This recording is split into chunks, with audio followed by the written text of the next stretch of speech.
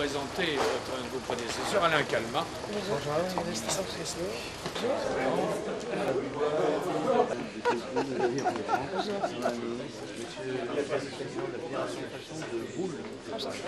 vous remercie d'avoir bien voulu prendre un peu de votre temps en cette période vraiment chargée pour en fait une première prise de contact tout simplement de manière très informelle, sans protocole particulier. Il ne faut surtout pas, je pense que vous verrez ici que des gens qui sont convaincus de ça, il ne faut surtout pas le réduire à la seule dimension compétitive ou à la seule dimension du haut niveau. Finalement, ils n'ont pas continué à aller à la retraite. Je suis venue à la rencontre des présidents de fédération, mais aussi des athlètes français qui participent aux Jeux méditerranéens.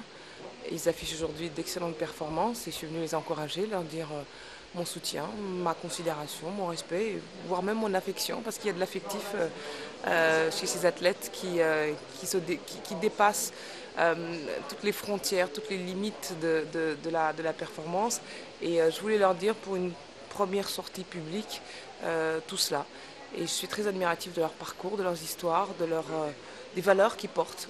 Et cela dans un contexte qui est celui des Jeux méditerranéens, qui depuis leur création en 1951 par l'Égypte savent porter des valeurs d'unité, de paix, de développement mutuel autour du pourtour méditerranéen. Et en ces temps où il y a l'Union pour la Méditerranée, qui est une initiative française, avoir un volet, disons, sportif est quelque chose de culturellement très fort et très important. Je voulais le dire aux athlètes, je voulais leur dire tout ce que je pouvais ressentir par rapport aux performances qu'ils réalisent, parce que la France est à 82 médailles aujourd'hui, dont 30 en or à cette heure-ci. C'est une vraie réussite et nous sommes en concurrence directe avec les Italiens, donc encore quelques heures et je pense qu'on peut passer devant. La France, ses équipes portent des valeurs, un esprit, une discipline, c'est une communauté en fait familiale. Et pour moi, c'est un grand honneur d'être accepté parmi eux et de passer des moments d'échange, de discussion, de dialogue, de rire aussi, très sympathique. Donc je suis très heureuse et très fière d'avoir pu rencontrer ces sportifs de haut niveau qui font la fierté de la France.